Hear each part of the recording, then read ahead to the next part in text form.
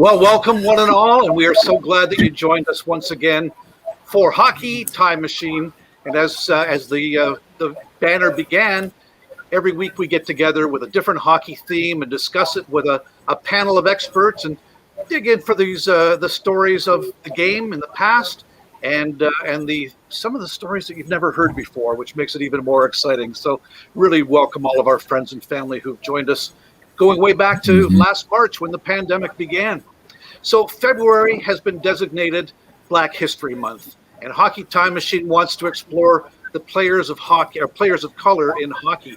Now, I could go on and do an entire treatise on the whole history of players of color in hockey, and I don't want to do that, but I think it's really important for us to build a foundation. So if you'll just go along with me here for a moment's time and we can talk about some of that. So, in fact, players of color involved in hockey goes back to hockey's virtual beginning. The first recognized hockey game was in 1875, the first officially recognized game. And then in 1895, the Colored Hockey League of the Maritimes was formed, and it was in existence until 1930. It was basically based in Nova Scotia, although there was a team in Prince Edward Island as well. But they did wonderful things there, and in fact, some of the revelations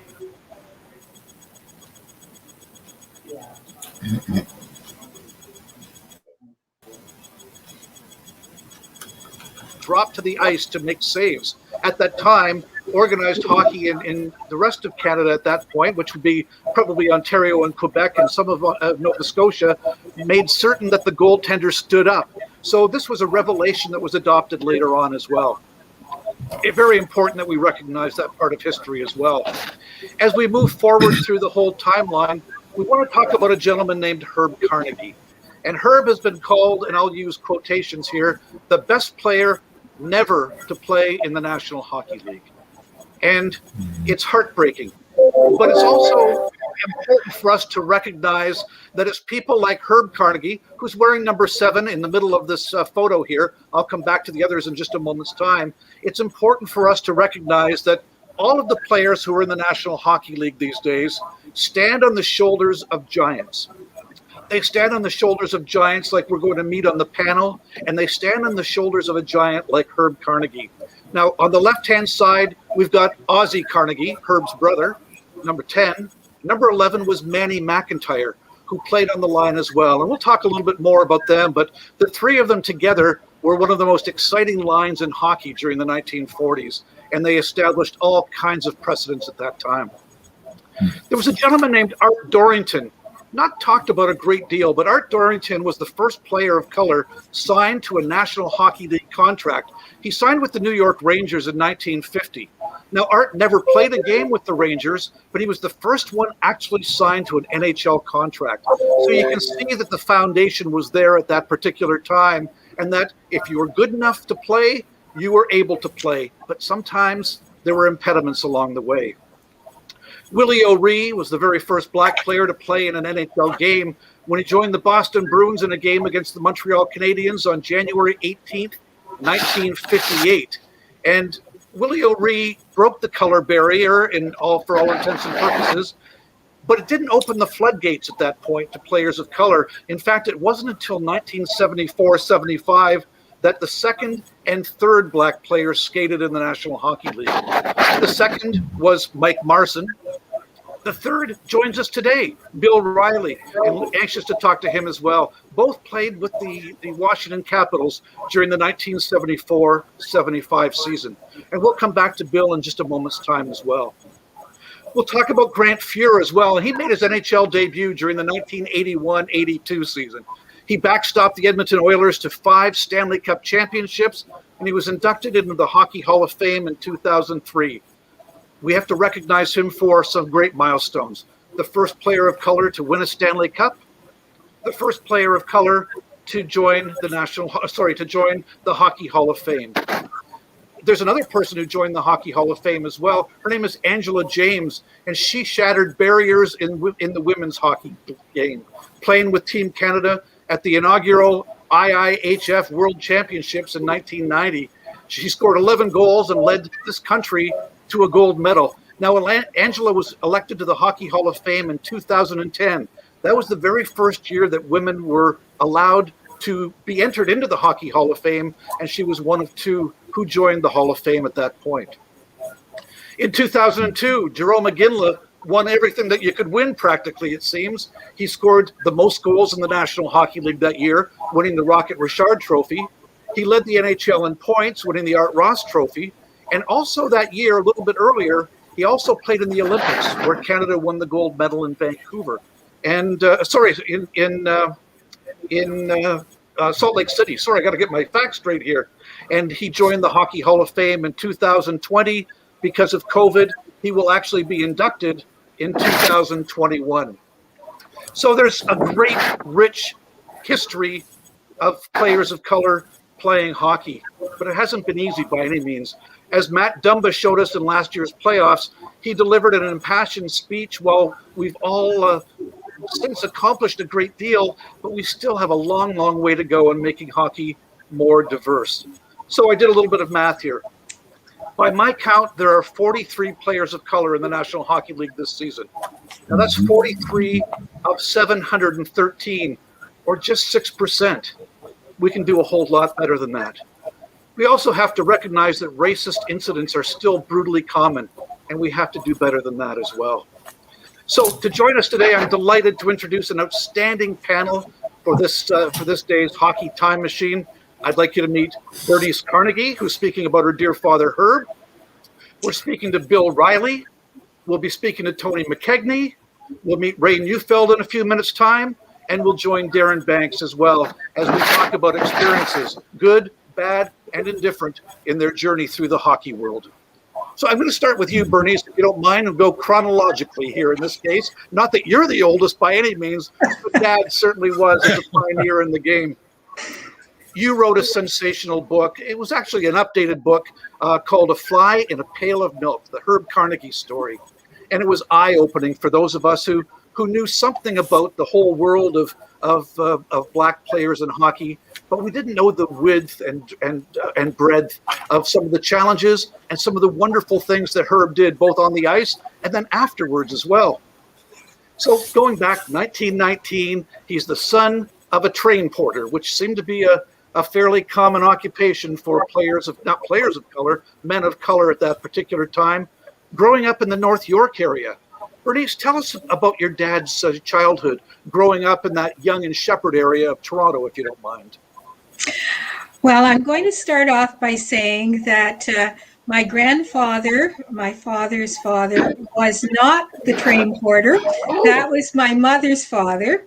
Pardon me, thank you. But my grandfather did come in 1912, and he had a grade 4 education, ended up working with Toronto Hydro for 42 years.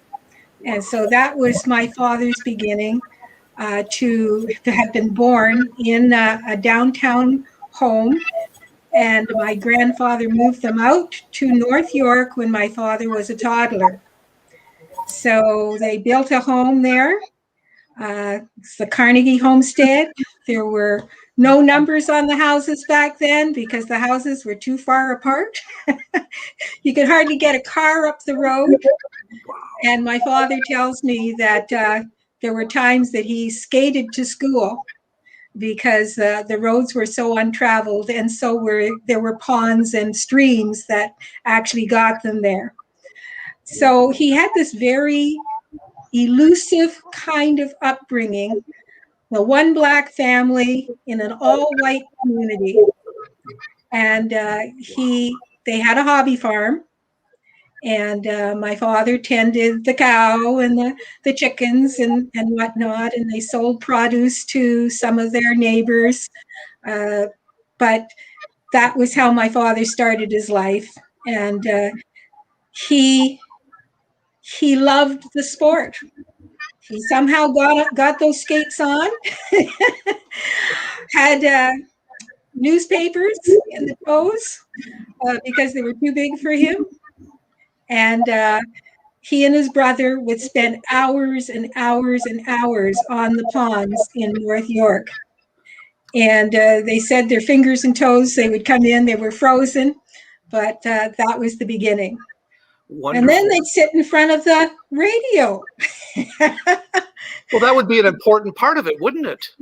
Well, yes, because they would be listening to Foster Hewitt. And I just smile when I think about how often my father tells the story about hearing him say, he shoots, he scores.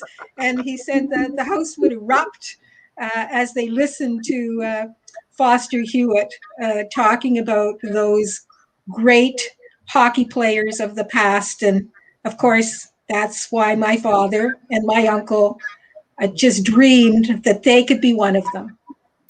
Well, so in a very white community, it would take something special for a player of color to break through. But because he was so athletic and because he was so good, it seemed that most people ignored the fact that your dad was a black player. He contributed so much. They won the Junior B championship, and then he gets asked to join the Toronto Young Rangers. Now, the Young Rangers are a Junior A squad playing against the Oshawa Generals, the Toronto Marlboros, et cetera, et cetera, et cetera. They were unaffiliated. The other teams all had NHL sponsors, but the Toronto Young Rangers were unaffiliated. So they were able to find, or at least tried to find, the best talent around that hadn't yet signed with one of the NHL teams. And a gentleman named Ed Wildey, who was the coach, discovered Herb and brought him on to play with the Toronto Young Rangers. They practiced every morning, early at Maple Leaf Gardens. But then, he was doing so well. And then there was something that shook him to the foundations and changed history at that point. Can you tell me a little bit about Herb and the Toronto Young Rangers, Bernice? Well, I'm starting to read a lot of those articles. Actually, I have thousands of articles about my father. And it's been quite interesting to actually read the articles that they're so graphic about sharing exactly what they did on the ice. And that's when my father actually got the title Swivel Hips, because apparently he could dipsy doodle through all the players to get up to the other end of the rink. And so reading these articles that talk about just how amazing he was at stick handling through the opposition has been very, very exciting. So, yes, he had some wonderful coaches along the way that were very supportive of him and what he could do. His father clearly didn't believe that a black hockey player would be able to make it to the NHL ranks, and told him so. And my father so wanted to disprove his dad that he just practiced and practiced and practiced. He was a sportsman all round because he also played golf. And a lot of people don't know that he's actually won 24 amateur golf championships and has 2 national titles. Wow. So he was an all-round guy. He sure was. Well, after hearing that comment that Ed Wildey said that he had heard Conn Smythe say, And again, we can't really prove it because we weren't there, and there's nobody who's there at that time who's still with us. But Ed Wildey told your father that Conn Smythe had said that he would give anybody $10,000 if they could turn that Herb Carnegie white. And when that was articulated back to your father, it changed the course of history, devastated him.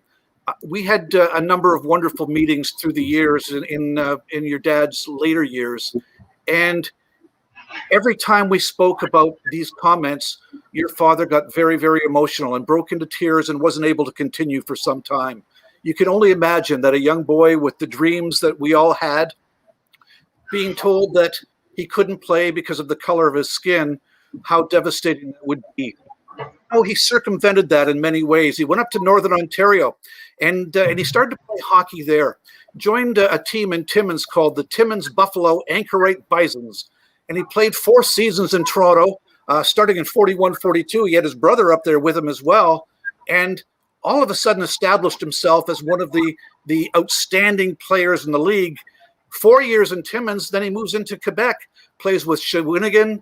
He's the MVP of the Shawinigan Cataracts, of the league, playing with the Shawinigan Cataracts. And then he joins several teams in Sherbrooke. Again, MVP of the league 3 years in a row in 47-48. Sherbrooke Saints, he scores 48 goals, leads the league with 79 assists, and leads the league in 127 points. So he didn't let that impediment stop him. He still had a wonderful career. He still was able to ply his hockey side of things. It just wasn't at the highest level, unfortunately. And that's where it got tricky. 1950-51, one of his teammates is a guy named Jean Beliveau. And Mr. Beliveau had wonderful things to say about your father, didn't he, Bernice? Yes, everybody that played with my dad had a very strong sense of who he was, and that he was not only a good athlete, that he was a good person.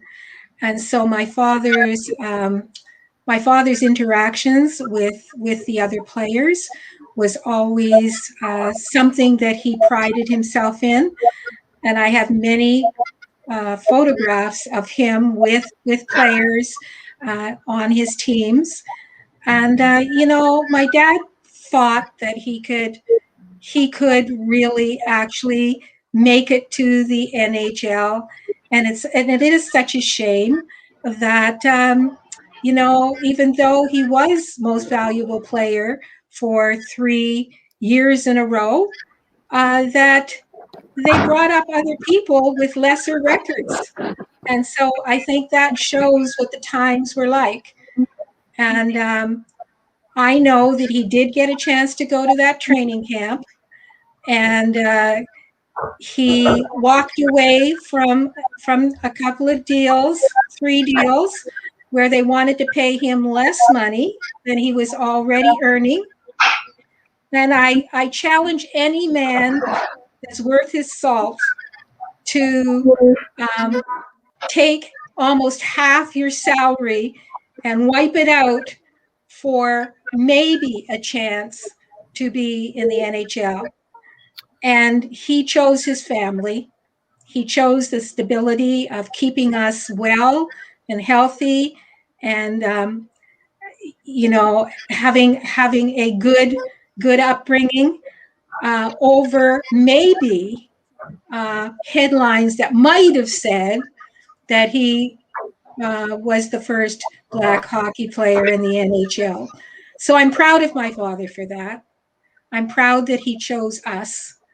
And they could have brought him up, because in 48, after they had invited him, he again was most valuable player. And then again in 49, he was most valuable player, but they still brought up other people who had lesser records. So I think you're not, a Black man is not supposed to tell a white man no. And they weren't going to give him another chance. That's my personal feeling. Yeah, no, agreed. And such a sad and candidly pathetic situation at that time. There's a document in the Hockey Hall of Fame that is the actual invitation that Frank Boucher from the New York Rangers sent down to your father and invited him to the camp. And and I believe it came from the family's archive as well. A really important historical document as well. And the fact that, yes, he certainly could have played, at least that's my opinion, but just from reading what I've read through it, but offering to send him down to New Haven in the Eastern Hockey League, which was several steps below the National Hockey League, with the hopes that he would be able to work his way up and eventually be there. But you're right, he chose his family first, and there's a great saying, that family first. It goes over and over and over again. Well, Herb continued to play, as we mentioned. Jean Beliveau says, and I'll quote, "Herbie was excluded from the NHL because of his color.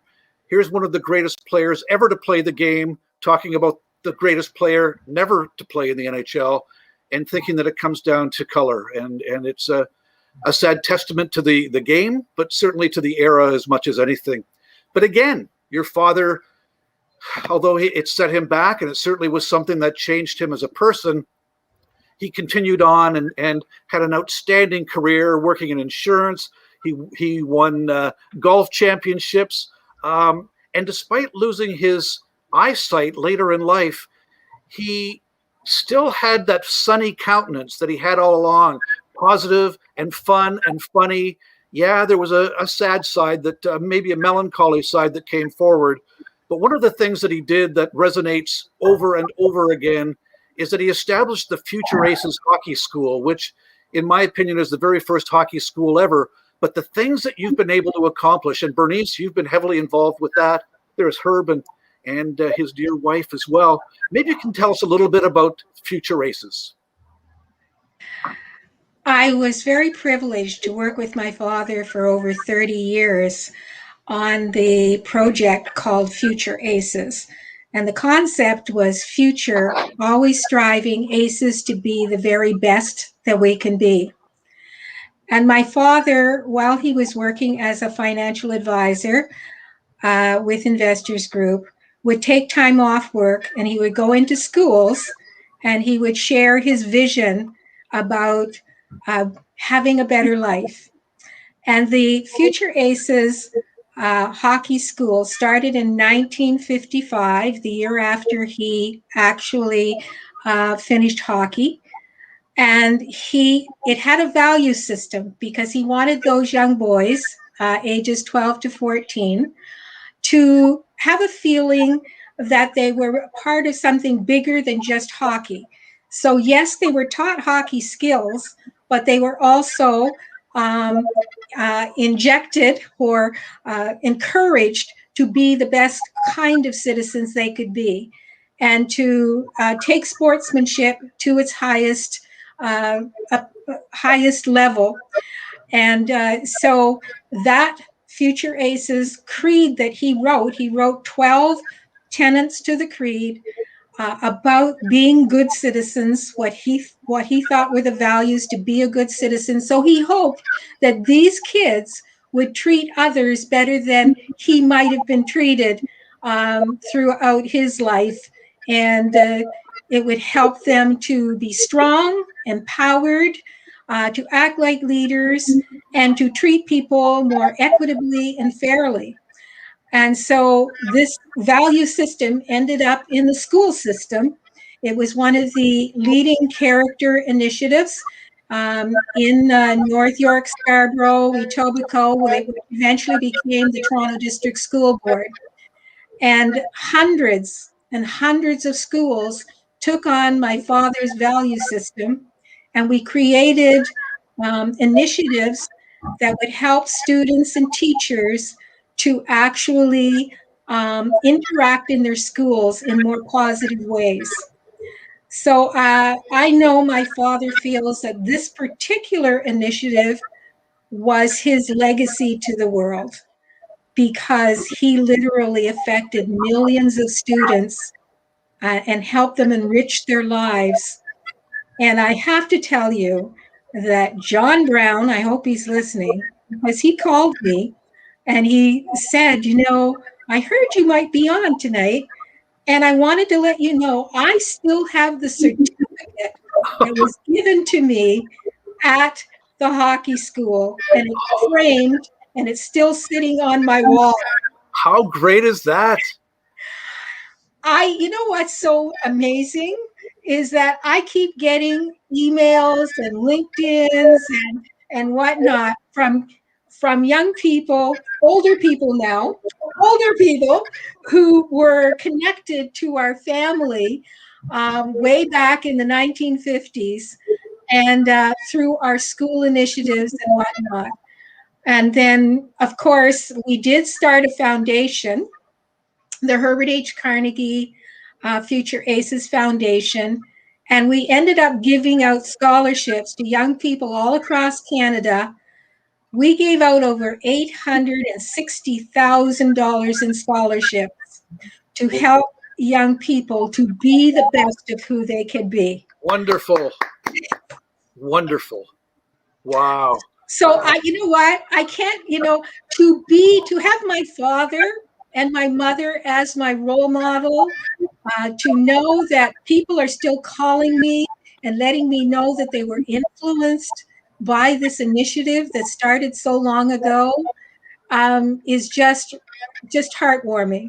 And so now my daughter Brooke Chambers and my nephew Rain Carnegie share the spotlight in actually helping us to talk about my father and how compelling his life has been and how he skirted around and navigated around some of those challenges, and he had a really successful life. Boy, he So certainly that's did. why I'm so happy the arena, the Herbert H. Carnegie Centennial Center, they're refurbishing it. The young friends in the city have gotten together and they're putting millions of dollars to actually spruce up that arena, bring it into the here and now, and along with the school that is named after my dad, is a real tribute to what he has given to the world. Yeah, he certainly has. And he's been recognized in various ways, not necessarily through hockey, but in other ways as well. Order of Ontario, Order of Canada, Canadian Sports Hall of Fame. We lost him in 2012 at the age of 92.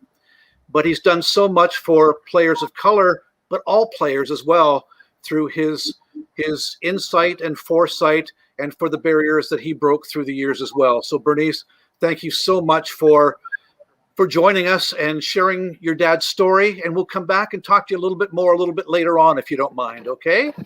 Thank you so much. All right. Well, I just have to address, before we move into Bill Riley's story, and it's a great story as well, I have to address some of the messages I'm getting, and it's disturbing, very candidly. People are wondering why we don't have Alton White on, as he broke the color barrier in the World Hockey Association, and why we don't have Mike Marson on, and why we don't have Jerome McGinley on. Believe me, we would love to have all of them on. We don't have contact information for all of them. I did reach out to Mike Marson and was unable to connect with him, but we did approach him as well. But you have to understand, there's a finite number of people that can be on the panel to give everybody a fair shake. And this is really representative of some of the greats who have played hockey. So we are just so thankful for those that have joined us here. And sure, there will always be omissions. And why isn't Grant Fuhr on? And why isn't Angela James on? And they're people we tried as well. But again, we don't have contacts for everyone. And we also have to realize that people have lives outside of Hockey Time Machine too. But anyway, we sure are glad that Bill Riley was able to give us some time today. So Bill, thanks so much for joining us today. This is wonderful. As I said in my little preamble, in many ways, the color barrier was broken by you and Mike Marson in 1974-75, because it had been so many years since Willie O'Reilly had played, and there had been no advances with players of color until the two of you came along and joined the Washington Capitals. Now, your start was odd insofar as you were working as a welder in an aluminum plant in BC at the time, and the Capitals came along and offered you a contract, which is so flattering, but it was for less money than you were making. Tell us about those early days of playing hockey with the Capitals, Bill. Yeah. Well, we I went to the training camp, had a great training camp, and I got assigned to Dayton in the International League, and so I went down there, and it was a bad. It was back in those days. It wasn't uncommon to have 2-3 bench emptying brawls a game, and there were some very, very strong rivalries back in the day. And like I said, we used to have a tremendous rivalry with Toledo, Ohio, and Columbus, Ohio, and they had chicken wire back in those days versus the glass. And I got called names in those arenas that I didn't even know what they were. I never heard them before in Canada. Oh boy! And it was only when I had a black friend there in Dayton, Ohio, and then I'd ask him, what these names were, and he couldn't believe I'd never heard them before, but that's just the way it was, right? Yeah. Tough times for sure. Milt Schmidt reaches out to you. You get signed as a free agent to the Washington Capitals on December 20th, 1974. And on Boxing Day that year, you play your first NHL game. I'm guessing because you were playing against those Broad Street bullies that they may have been bringing you up for more than your finesse at that particular time, Bill. Can you tell us about your very, very first NHL game? Well, the first NHL game I ever seen, I was playing in it, and oh wow! And of course they started me, so I was standing on the blue line for the national anthem, and I was shaking so bad I was trying to hold on to my legs with both my gloves, but it was like I say, it was a scary moment. And at the time I got called up, I wasn't ready to play in the National Hockey League, but being called up was a very, very valuable blessing for me. And I knew what I had to go back and work on, to get myself ready. And I always said, if I got a second chance, that, there's no way that they're going to be able to send me back. Well, and you did get a second chance, which was wonderful. A couple of years later, December 30th, 1976. Now, one of your heroes, one of the guys who was really important to you signing with the Washington Capitals, who was Tom McVie, he's now coaching the Capitals, and he's behind the bench for your second game.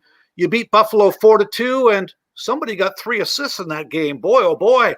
Wonder who that was, Bill. Yeah, that was the reward for my $35,000 contract I signed. Dear.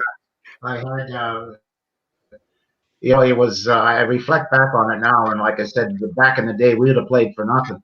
And we did. I mean, my first year in Dayton, I made $5,500 with a wife and 2 kids. Oh, boy. And then I was up to $11,000. So when I went in to sign, they flew the team to Buffalo ahead of me. And so Max McNabb took me in the office and said, Tommy had told me they were going to sign me to a pro contract. So and I go, and I'm all excited, and the old heart's just pounding, and and I see the National League logo on the contract and everything like that, and I was so disappointed in what he offered me without a signing bonus. I almost walked out, but I mean, my love for the game, and he just basically said, I got 2 airline tickets here. He said, one back to Dayton, where I'll make $11,000 a year, or I can take this ticket that goes to Buffalo, sign the contract, go to Buffalo, and I make $35,000. So I guess I did the math, and the rest is history. The owners really had the players by and you'll excuse the expression, short and curlies. They really did hold all the cards at that time. It wasn't until, I guess the Players Association had begun, but really hadn't found their solid footing until a little bit later on. But again, it's a lifelong dream.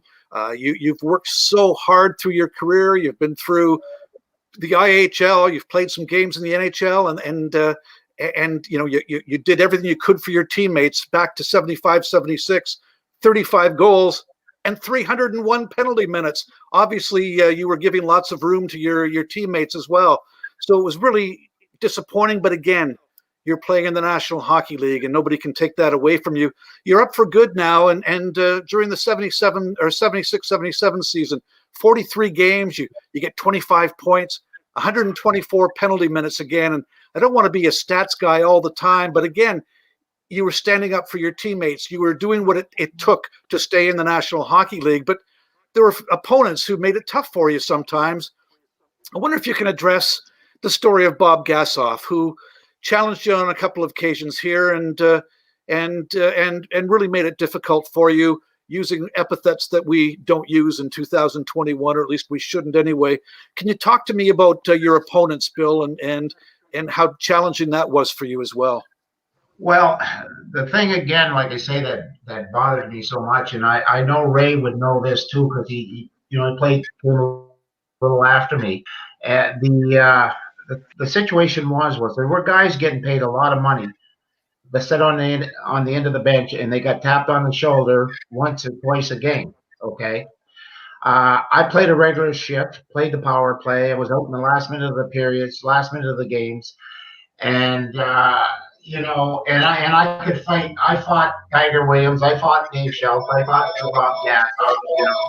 And I heard everybody talking about this Bob Gas. God, cool. And anyways, a lot of guys were afraid of this guy. But anyways, I dropped the gloves with him, and I think I got the decision in both counts. And so I guess that drove my stock up a little bit. Yeah, without question.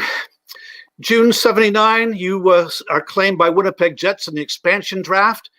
You play 14 games that year, spent much of the season in the American Hockey League.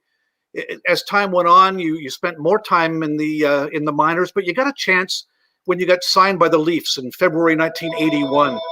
And although you didn't play with Toronto at that time, you won a Calder Cup with the New Brunswick Hawks in 1982.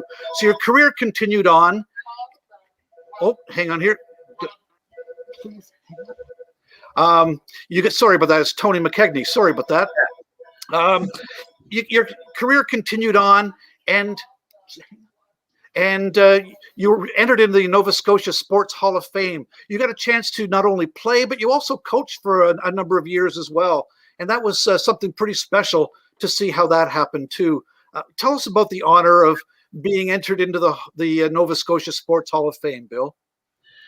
Well, it's something you dream of as a kid, and you see some of the greats that are in there. So it's a real pleasure to, like I say, to go into the hall, and it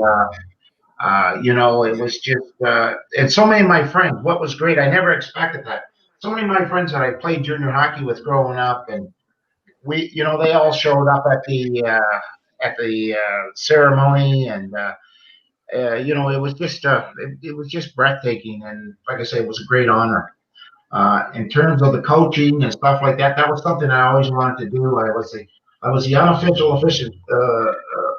assistant coach in Moncton when we won the Calder Cup. I ran all the practices and put the systems in and that type of thing, and always wanted to get an opportunity to coach at the professional level. And I did have some teams come after me, very, very hot, and because I was highly recommended by some good people. And anyways, the trail that was so hot all of a sudden went so cold. Oh, so you do the math, right? Yeah, we could read between the lines there, Bill. Jeez. Yeah. I'm going to veer off for just a second. So you did something so spectacular that has just tugged at my heartstrings on a personal level, and it should for all of hockey fans as well. But, I wrote a book called Barilko, Without a Trace, and I'm very, very blessed. That's one of my best sellers. And it's a great story about Bill Barilko, who played hockey with the Toronto Maple Leafs, and in 5 seasons, won 4 Stanley Cup championships. And he's the tragic young hero who scored the Stanley Cup winning goal in 1951, went on a fishing trip with his dentist, and never returned. I heard the story, Bill, and did something so sensational, small in the scheme of things, but so sensational. Tell me about what you asked your daughter to do on behalf of Bill Barilko. Well, I was watching Ron McLean on TV. They were doing a special on Bill, and they showed all the hockey and all the various things, and then they went to Timmins and showed his grave site. And when I seen his gravestone, I said, oh my goodness gracious, there was the mold growing on it and different debris and things like that. And my daughter was in Plymouth, Ontario. So I called my daughter and I said, listen, I need you to do me a favor. And because when I looked at Bill Barocco, I looked at my own son. I lost my own son. He was 35 years old, full of life. Oh, dear. And that's what I seen when I seen Bill Barocco with the curly hair and, the golden smile. And it really affected me to see that, a national hero like that his gravestone would be like that. And so I called my daughter up and I asked her, and she thought I was crazy, she said. And anyway, she went up and she went to the graveyard and she found the grave. And not only did she clean up his grave, but she cleaned up his mother and father's grave as well. Boy, oh boy. Wow. Fists of steel, heart of cotton. There we go. Wow, what a story. And what a story your career has been as well, Bill. We'll come back to you in a few minutes' time. Unfortunately, I just heard from Tony McKegney, and he's not able to join us, which is really disappointing because Tony's got such an amazing story as well. He's going to try, and we'll see if he joins us partway through, but having some challenges with his computer right now, unfortunately. So with that being said, we're going to skip ahead and talk to Ray Neufeld. And Ray, really nice to have you as part of our panel too. Really special guy. And in fact, he was introduced to me by Tony McKegney. So we appreciate Tony on many fronts. Ray, you're a big boy, 6'3", 210. But it wasn't that enforcer's role that you played when you were playing hockey. You had a real finesse role. In fact, you had a wicked shot as well. Let's look at that after playing with Flin Flon, let's look at that 1978-79 season with the Edmonton Oil Kings. 54 goals, 102 points, 138 penalty minutes. You were no pushover, but boy, oh boy, you were contributing to that team, and it certainly helped get you drafted the next year as well. Talk about that time leading into being drafted by the Hartford Whalers, if you will, Ray.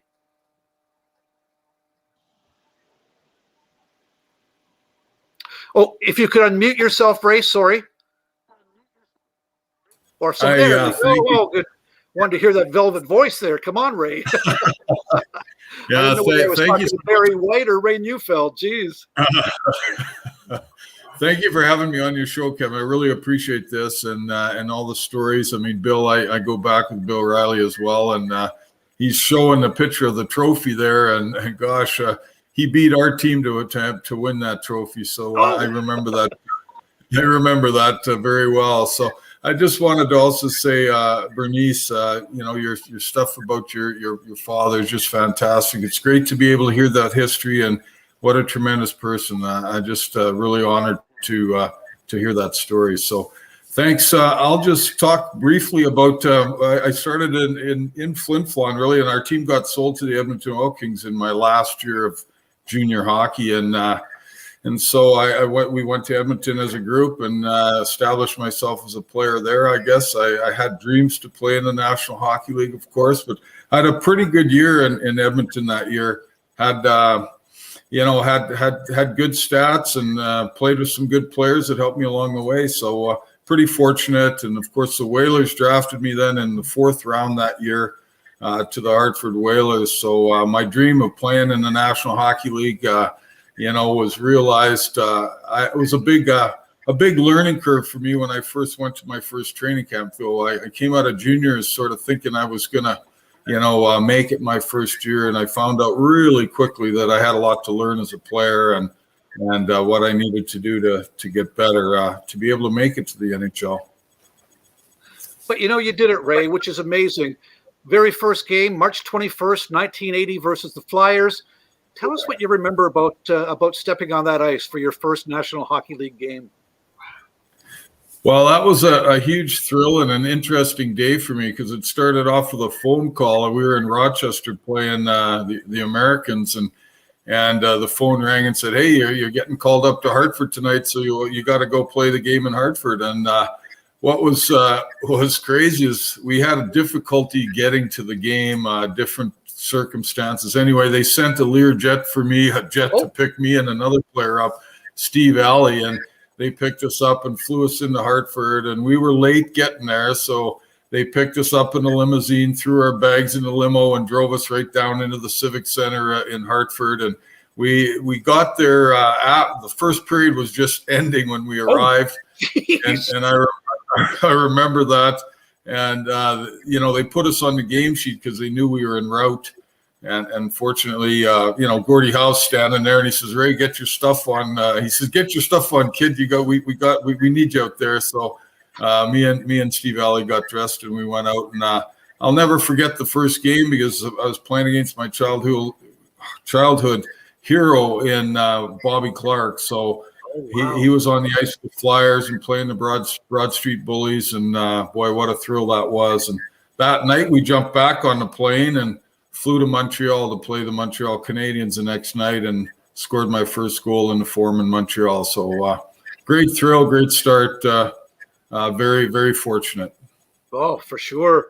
Well, you were full-time with the Whalers in the 80-81 season, but then in the subsequent seasons, 82-83, 26 goals, 57 points, 83-84, 27 goals, 84-85, 27 goals. I mean, there's a lot to be said for consistency. A terrific goal scorer. Things really were going well for you. You were a Hartford Whaler and really in lighting things up for the team. And then in the fall of November 85, you get traded to Winnipeg. Well, on the surface, to me anyway, you think closer to home, but you were actually very disappointed to be leaving the Whalers at that time, weren't you, Ray? Yeah, that was a difficult time in my life. There's no question. That trade, it's followed me around my whole life. But anyway, having some great years in Hartford, playing with some terrific players. I had great teammates and great line mates that allowed me to have success in Hartford for sure. But, then going to Winnipeg, getting traded for a pretty popular guy. So that was a challenging time. I had lots of personal issues going on in my life at that time with some of my off-ice habits. And so, it was difficult that first year, getting traded for a popular player, going into that dressing room. And the guys who I think were mostly upset that they made the trade, they weren't upset at me. They were just upset that the trade was made. So it took me a while to find my feet in Winnipeg and my legs and get comfortable and be able to get back to my game. And just different things going on in my life. But I often tell people it's the biggest blessing in my life was getting traded to Winnipeg because so much changed for my life from a standpoint of, who I am today and my faith and what I believe and just the teammates I had in Winnipeg that helped me work through some of the issues I was having off the ice that helped me get my game online on the ice and my game in line off the ice where I became a much better person, I guess, and I'm very forever grateful I got traded to Winnipeg. You had a great season that season as well, 25 goals, and then consistent again, 18 goals back-to-back seasons, 86, 87, 87, 88. And then all of a sudden you get traded to Boston. December 30th, 1988, that trade goes down, and you play with the Bruins for a couple seasons. Tell me about concluding your NHL career with the Boston Bruins. Well, it was my first shot at playing with an original six team, so it was tremendous. It was a great thrill to play in Boston. Again, a great city, a great team, lots of character, lots of tradition. The expectation of playing or putting on a Bruin jersey was it was exciting for me, and be just walking in the room. We had great players in all the teams I played on, but it was special being around a guy like Ray Bourque and not to mention a player like Bobby Orr walking in the room. That was special too. And so I've been blessed in all cities that I played in. All the teammates I've been able to rub shoulders with, but Boston was fun. It was a good time. It didn't end well. I ended up playing in Providence in the American Hockey League my last year before I retired, but I have no regrets. It was good times. Well, and a terrific hockey player, 357 points, puts you in the top 10 of players of color in NHL history as well. Manitoba Hockey Hall of Fame inductee as well. Ray, tell us about the thrill of being recognized by your province as being one of the great athletes, one of the great hockey players that have come out of a province that has spawned so many wonderful players. Well, I mean, that was obviously a thrill. I mean, it's kind of unexpected. I guess you never think that something like that could happen. But when I got the call, they were gonna, induct me into the Manitoba Hockey Hall of Fame. I was thrilled, of course, and it was just great to be able to recognize all the many, many people that have supported me, from family. I think of my sister, who was just a huge hockey fan, and there right through my whole life in hockey, she's been a great fan. And the community of Winkler, where I grew up, and all those people, of course, my wife, and it was just a great way to acknowledge all the people, coaches, family, friends that have extended themselves to allow me to have the success I had in my life. So I'm tremendously grateful, and a great honor for sure. And we're tremendously grateful that you joined us on our panel today, Ray. We'll come back to you in a few minutes' time. Well, I've been looking forward to talking to this next gentleman, Darren Banks, for a little while, for a number of reasons. One, for what he represents to players of color in the National Hockey League. But on a personal level, I grew up in Windsor, Ontario, and went to a high school called Kennedy Collegiate. And I was quite stunned and delighted to find out that Darren is an alumnus of the same high school that I went to. Okay, I graduated a couple of years before Darren did, but we're both Windsor boys, born and bred, and Darren has gone on to do so many wonderful things in hockey. Darren, you went from Kennedy Collegiate to Brock University to study sociology. Was that the path that you wanted to follow, or did you in fact dream of playing hockey like so many of our other players today?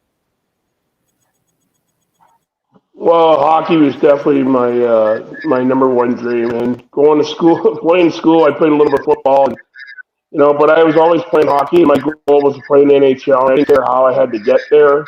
I took a really long road to get there, but it was fun. It was a blast. But you got there. That's the key. You end up going to Salt Lake, playing with the Golden Eagles, 1990-91. I just have to talk about stats for a second. Forget about the points and things. 286 penalty minutes. 1991-92, 303 penalty minutes. You were not someone to be trifled with by any means. You supported your teammates. You gave them lots of room to play. And boy, oh boy, were you an important part of the Golden Eagles. Tell us about playing with the Salt Lake team at that time, Darren. Well, it was a great opportunity when I got the call actually from Calgary to go to Salt Lake, and they wanted me to go there. And Stu Grimson happened to be there, and I've always played a tough role. And kids I grew up with, I mean, the whole city of Windsor, it's like every guy that played in the NHL was a tough guy, except for Tom Williams and Rick Kehoe and a few others to name. But I played a tough way, but went there. Those guys took me under their wing and just let me play. Bobby French, the head coach, is there. You're like, play your game. This is what we want out of you. And it was a blast. We had a great team. It was fun to play with. And it was a wonderful time living in Salt Lake City. Well, for sure. At that time, you had been signed as a free agent by the Calgary Flames after they saw you playing in Knoxville a little bit earlier on. So that was coming close to the NHL, but it didn't quite happen in Calgary. It did happen when you signed with Boston in July '92. And that very first game, and I'm going to ask you the same thing. Tell us about October 8th, 1992, playing, funny enough, against Hartford Whalers. It was quite a game. You got on the score sheet a fair bit. 17 penalty minutes. Tell us about the first game. Yeah, the first game started off kind of ironic. I was trying to get there to the game, couldn't get there. There was so much traffic in Boston. I was in a cab, had to get out and run. And I was kind of late, getting in for the T stretch, and thought I was going to be in trouble. But, the guys just laughed about it. But I went out there, and I knew my role, what I had to do. And I went out there, and I just played out of my mind. I barely remember a lot of it now. The guy that I fought, he tells me that I jumped him, and then I seen it in a program and in a video, and we actually squared off on a face-off. So I tried to start a 5-on-5 brawl. I was just insane the whole tire. And, you could ask Ray, playing in Boston was unbelievable. The fans just love their hockey team. Boy, oh boy, that's the way to start, and that's the way to endear yourself to your teammates as well. 1 week after that, you had a 2-goal game against San Jose.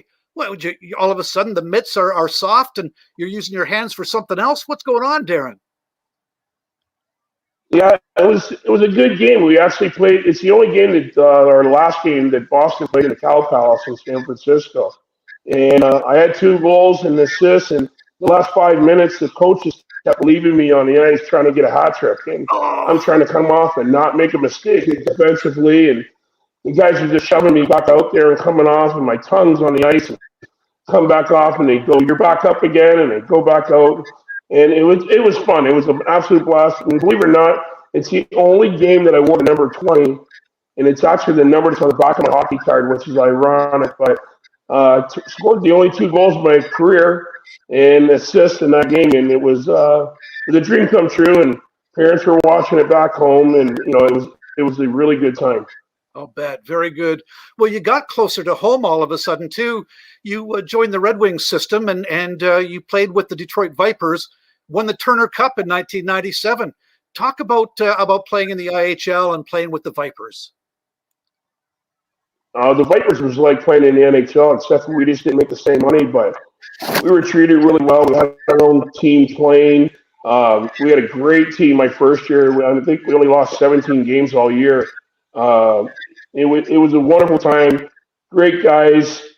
For the next 3 years, I mean, every year we were, threatening to win a Turner Cup, and I enjoyed my time there immensely. Fantastic. Very, very good. All right. Well, listen, I want to go back around the panel again and talk about some of the hardships as well. We've all heard the stories through the years, and coming from a white side of things, it's hard for me to accept that such awful, awful things happen to players who all they wanted to do was go out and play hockey, and it shouldn't matter what the color of their skin was. Bernice, we talked a little bit about your dad and what he went through, but I remember him telling me that your mom was privy to conversations in the seats. She was a lighter colored lady, and people didn't realize that she was Herb Carnegie's wife, and they're saying such terrible things in the crowd. Do you remember some of those stories that your mom and dad may have told you, Bernice? My mom and dad tried not to tell us too much. Ah, very good. They didn't want us to be influenced by some of the things that had happened to my father. So they actually kept the racial issues kind of on the back burner. And it wasn't until we were teenagers that we really started to understand the gravity of what my father had experienced. And because I had worked with my father for over 3 decades, I had opportunities to talk to him about what happened to him. And I realized how amazing he actually was, having basically gone through 17 years of hockey almost by himself, except for the 4 years that he was with the Black Line, his brother Ozzie and Manny Mcintyre, which was a wonderful historical event in their lives that can never be forgotten, because as a trio and a line, they just, well, the articles that I'm reading tell me how absolutely amazing they were. But, my mother, yes, occasionally got to sit in the audience. And because she did not look Black, a lot of people thought she was French, actually. He kept getting asked, is your wife French? Is your wife French? But yeah, she would hear them calling names. And it was hard for her because she clearly loved my dad. And they actually wrote love letters almost every day to keep that relationship together. And I was the wonderful child who happened to come upon these stacks of love letters as a teenager, and they got whisked away and burned in the fireplace. Oh dear! Yeah, so I missed there was all a the great good, movie script there somewhere. Jeez. But yeah, it was interesting that they really did hide it. They, in a sense, hid it they told us what most Black parents tell you in the early days. You have to be twice as good as somebody else in order to compete. And I can see that my father often said to me, if I actually had gone to university, I might have had a chance to get into the NHL, even though his talent was so amazing. But it was sad. And you were right, Kevin, when you had interviewed my father in the later years. He had a lot of time to sit and think about what had happened. And he did tend to cry because he got interviewed every year. Every year they would ask him the question about Conn Smythe, about the name calling, about whatever. And eventually it all built up inside of him to the point where he sometimes he couldn't live it down. Yeah. He wanted to move on. He did move on in so many ways because he gave back to the community in so many amazing ways, but he could not live down the fact that he didn't make it into the NHL. Right. Oh boy. Well, Herb wouldn't have had any players of color to be his mentors or his heroes. Bill, how about you? You know, you're playing in a game that's predominantly white. How aware would you have been of Willie O'Reilly, for example? Or were you pretty much in a vacuum at that point, Bill? No, I mean, like I said, I was a student of the game. I never missed hockey night in Canada every Saturday night. We were all huddled around the TV, watching TV. And, I look at Bernice, what she said there about parents. I remember my parents telling me all the time, you had to be twice as good. You had to be twice as good. And I seen a lot of situations. When first time I seen Ray Neufeld play hockey, I said, what's this kid doing in the American Hockey League? You know, because I was freshman in the National Hockey League. I said, this kid is good enough to be playing in the National Hockey League. And, and I was fortunate enough to meet Bernice's dad. And he says, as fine a man as I've ever met in my life. And I hope that push to get him in the Hall. Now that all the old guard is out of the Hall, and now the younger guard is in there, I'm hoping that they'll put him in his right place because they denied him the opportunity to play. So let's make things right and put him where he belongs to be. And I told Bernice the story before. When first time I played in the Montreal Forum, I was walking around the Forum and looking at all the championship banners. And I come around the corner in the dressing room and I see this man. I'm like a deer in headlights, and it's John Beliveau. And of course, I asked questions wherever I go, and I always asked about the same black line when I was a kid. And I've had various Tommy McKegney and Orville Tessy. Those coaches had told me about how good Herb was, and that Herb wingers always went to the National Hockey League the next year, but they would never take Herb. So I'd like to see guys like Ray and Banksy and Ginla, and we need to step up to the plate and put this push on, put this man in his rightful place, because and you take, like, the National Hockey League was the last major sports league to step up to the plate in the Black Lives Matter, okay? And it took the players. It took the players of color to get the National Hockey League involved. So, I know when Lanny McDonald when Lanny McDonald got his 500th goal, I was very, very happy for Lanny McDonald because I played against him. He was a fast act all his life. And the same thing now, he's on the Hall selection. And I'd like to write him a letter, and maybe they're going to open those doors up, because everywhere I went, and I mean, they said how good Herb Carnegie was, and I know of no greater sin than what went on there. As bad as I never ever thought Canada was as bad as the USA was in terms of racial tension, but they let Jackie Robinson play, but they wouldn't let Herb Carnegie play. In Canada, and that's as far as I'm concerned, that's the biggest crime in hockey, and that has to be rectified. Well said, Bill. Thank you. Mm-hmm. We're going to talk about your heroes.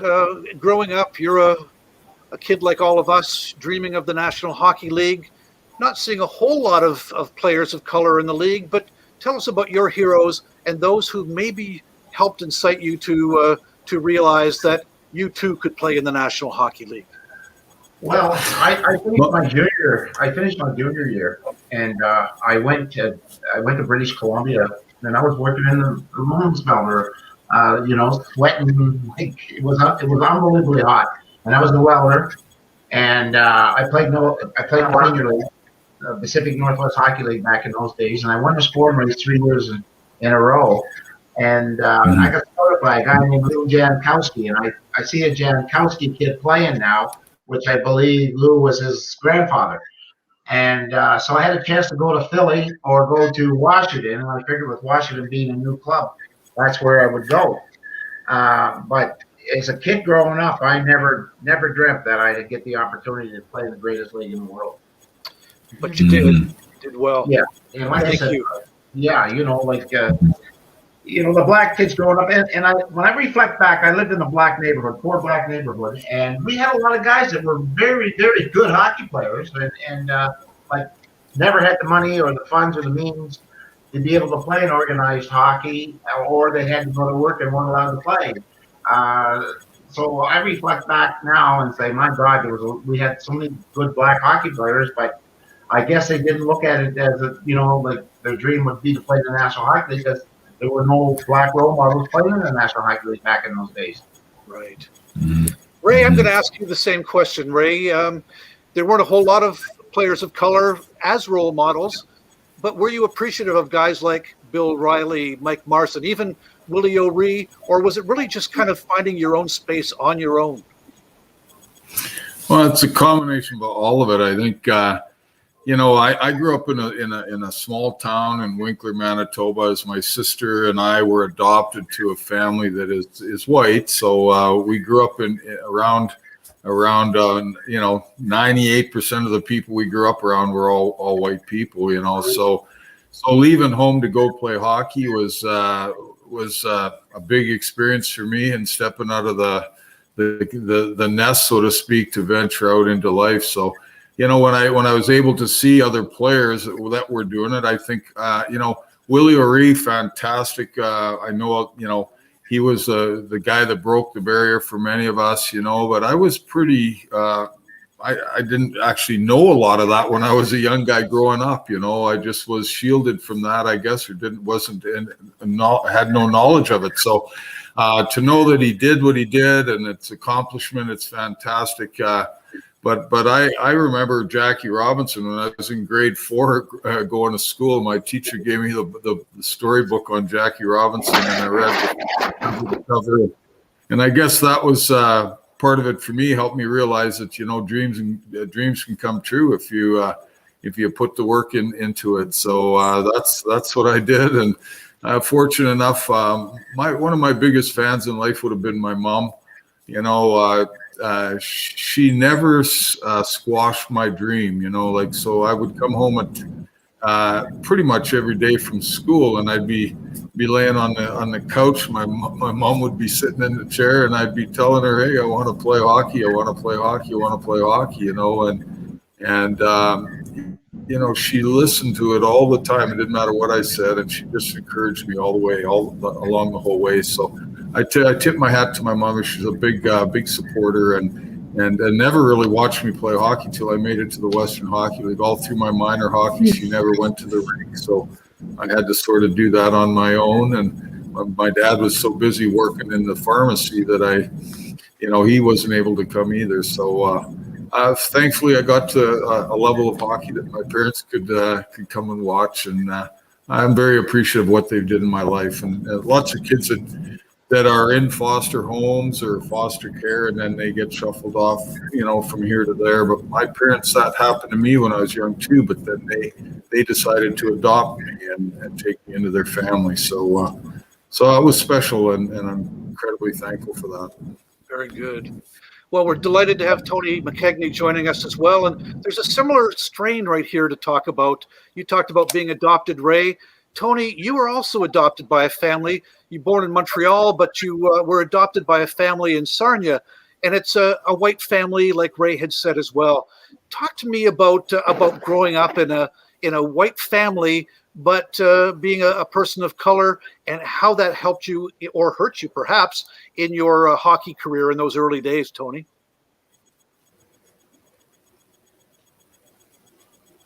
No mic. You have to oh, there we go. Tony, can you hear us? And I'm afraid we can't hear you, Tony.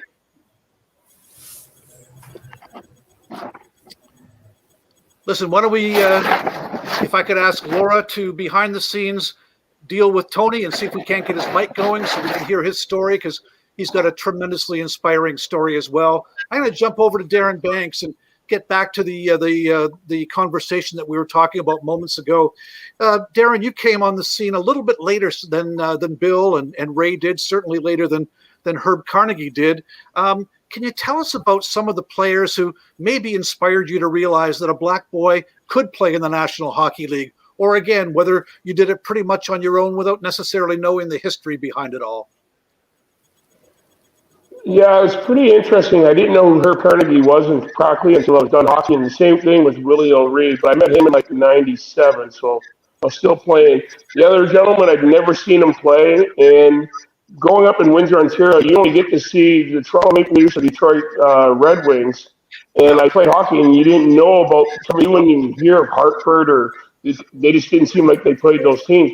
But believe it or not, the other person on the panel, Tony Mckechnie, is the reason the first black hockey player I ever seen play. And he was playing junior, I think in Kingston or somewhere like that. Yeah, and he played against the Windsor Spitfires, and I'm like, this is the first black I've ever seen playing junior hockey. And I'm like, if he can do it, I can do it. And I didn't know anything about him. And, you know, make a long story short, I'm done playing hockey, and I'm retired to become a Red Wing alumni member, and there's Tony Mckechnie in the dressing room. So now I get to know the guy, you know. So it was awesome. But more or less I played, you know, I wanted to play hockey, and I didn't care what it was going to take to get there. You know, we got the name calling, I imagine every guy did. But, again, the way I played, I could settle things on the ice. So a lot of kids didn't say a lot to me. So it was usually the fans, and you could ignore it. And my parents always said, don't let the little things bother you. Go out there and do what you got to do, you know, to achieve your goal. So, you know, I got to thank my mother. She's the biggest hockey fan and still is today. My father, you know, he just back there, and, you know, he would do whatever he had to do, work a double shift to get me the next pair of skates or whatever I needed. And, you know, and I thank my parents to this day for giving me that opportunity. But, you know, it's great now. I love to see the new players that are playing, these young black kids that are playing, and they're like the leaders of some of the teams, you know, and it's great to see them playing, making a difference in the league. And, you know, I hope more and more kids get to play this game.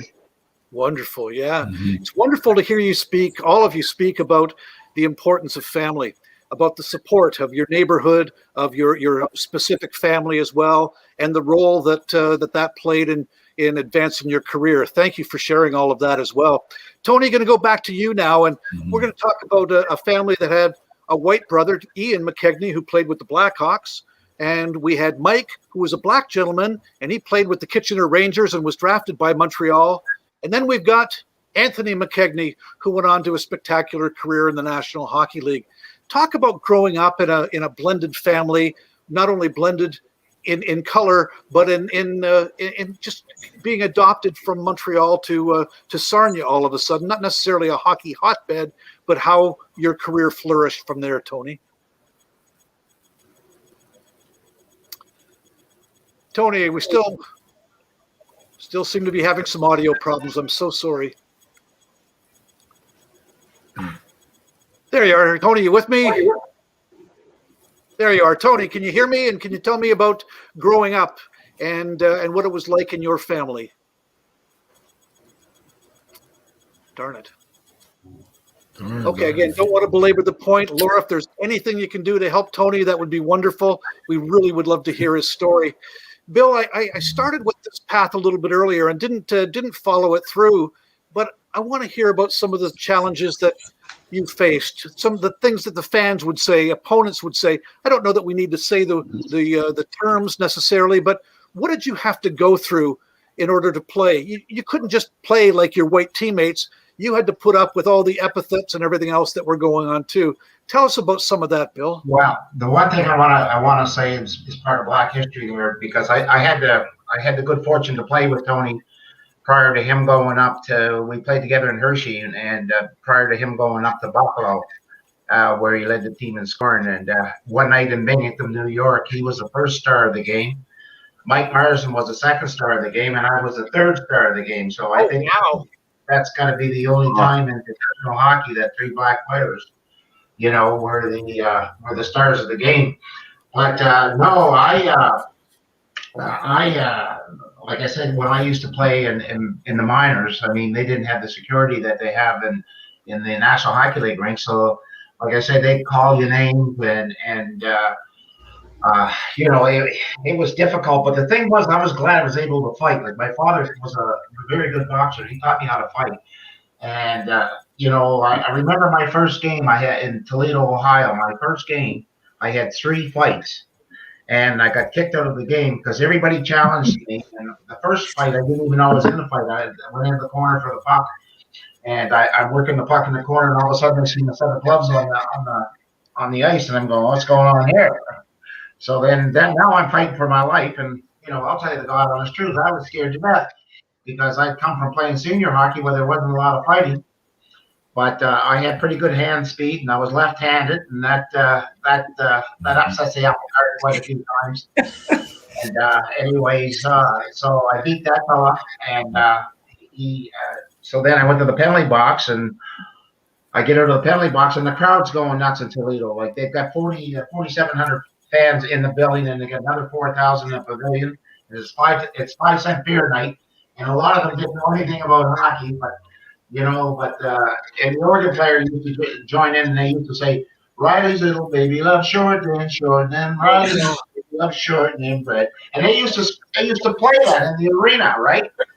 So, anyways, I'm coming out of the box. The guy comes up, he says, you think you're talking here? He says, let's go. So it only took me 2 punches to knock him out.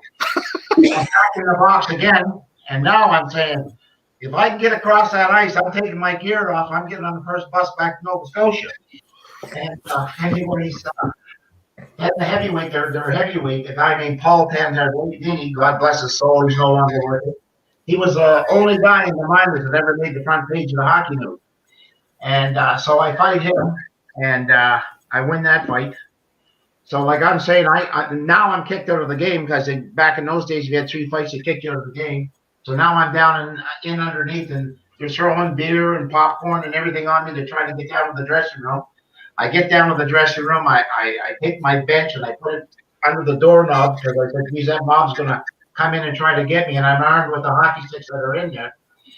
So anyways, I just said, I thought all the way back on the bus back to Dayton, I said, how am I going to tell the coach that this is not for me, right? So anyways, we're on the ice the next practice. I said, okay, I was going to tell him before practice. I said, no, well, I'll tell him after practice, right? So come on the ice, and then all the guys were saying, holy geez, where'd you learn to fight like that? I said, those are 3 of the toughest guys in the league, And the coach comes on the ice, and he says, holy geez, he said, every team in the league's trying to trade for you. He says, anyways, so they talked me out of it, and the rest was history. But like I said, there was some pretty vile names back in the day. I always used to feel bad for black families that attended the games that had to listen to it, because after a while, all it did was rev me up. And I always say my mother and my grandfather could have wrote that song. It doesn't mean you're weak if you turn the other cheek, because, after a while, you want to fight? I loved it. You know what I mean? I like scoring goals better, but I didn't mind a good fight. Ray Neufeld. So here you are wearing your Cooperall pants in Hartford. You had great hands. Yeah. You used them to score goals for the most part. But tell me some of the situations that you encountered when you were playing in the National Hockey League that are, well, not unexplainable, but are just beyond belief at this point, Ray. Yeah.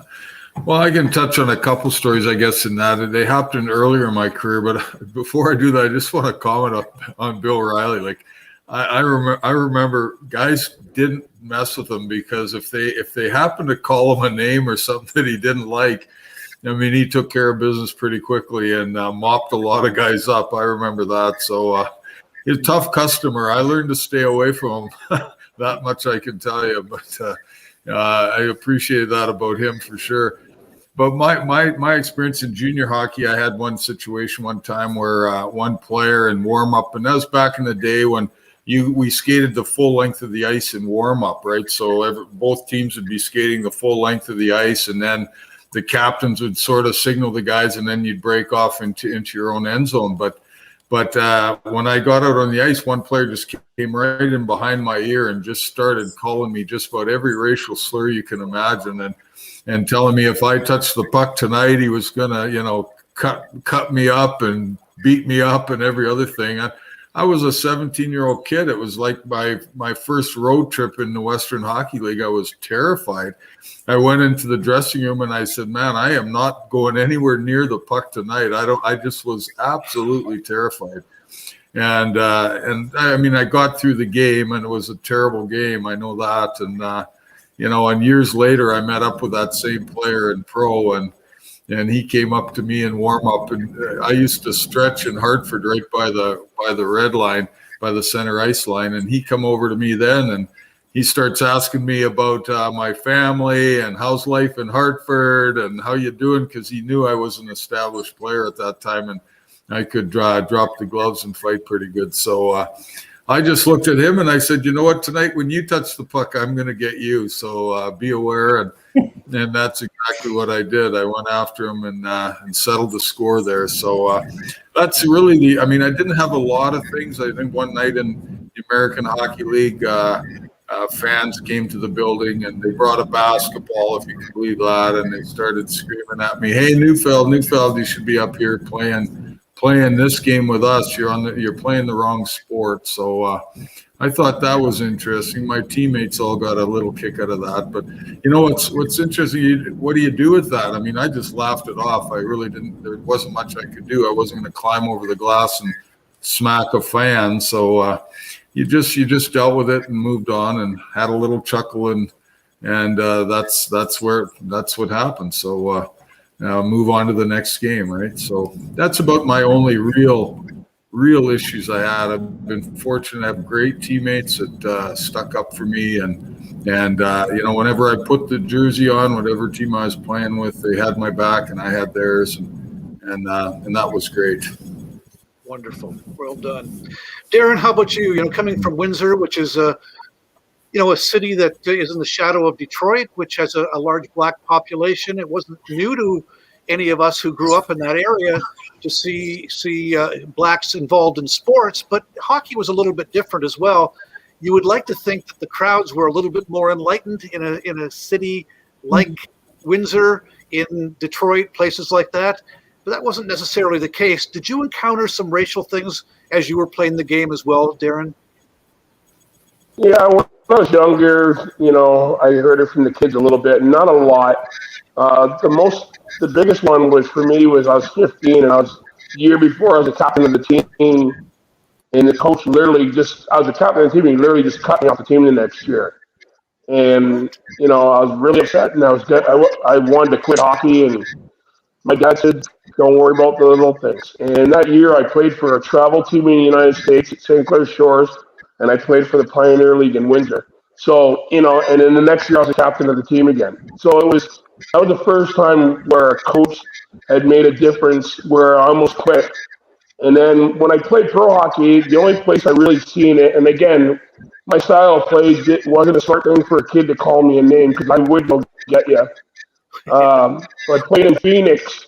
That was the one place where that movie White Man Can't Jump, and they had Black Men Can't Skate.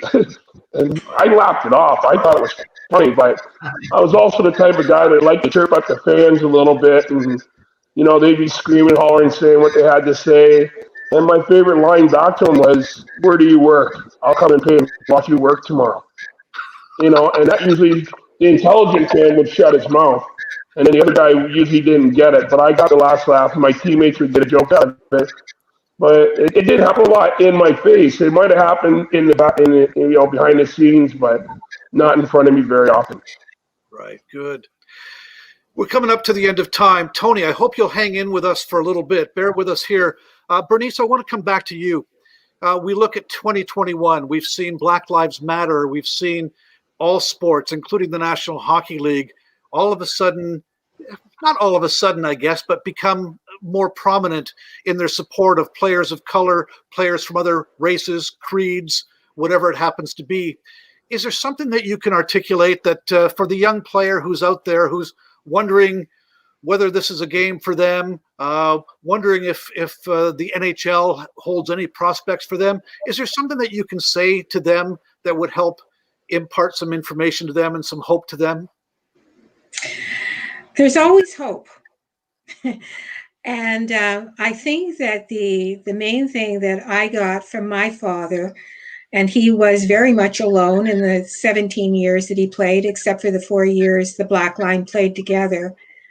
It was his heart and his feeling of, I'm going to be the best that I can be at whatever it is I do. And I think it's very important for our young people in this time, with so many issues that are facing us every day with an instant tweet or an instant anything on television or on our phones, that our young people learn to empower themselves in the best way they can. If this is what they want to do, hockey is an amazing sport. It is an amazing sport, and it teaches so much. And that's all those leadership skills, that working together, the camaraderie, the individualism of it, as well as the team spirit of it, makes it a phenomenal game. And so if a young person says, this is what I want to do, this is what I want to try, I'm hoping that there will be those out there, and I know that there are, that will help them get to where they need to be. But everything we do requires that you be strong, a strong individual. That's what it requires. And there are so many obstacles in our life, not just in hockey, but in everything we do.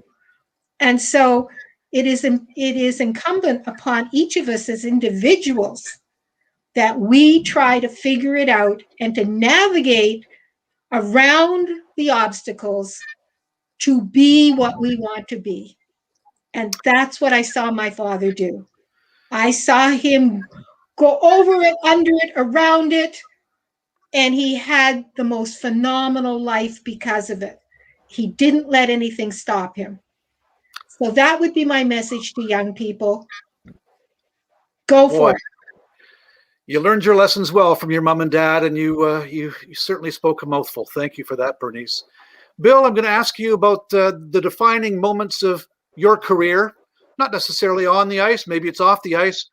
Also, if there's something that you can pass along to that next generation who's looking to play hockey and not realizing that there are a whole lot of players that look like them that are playing the game. Well, I always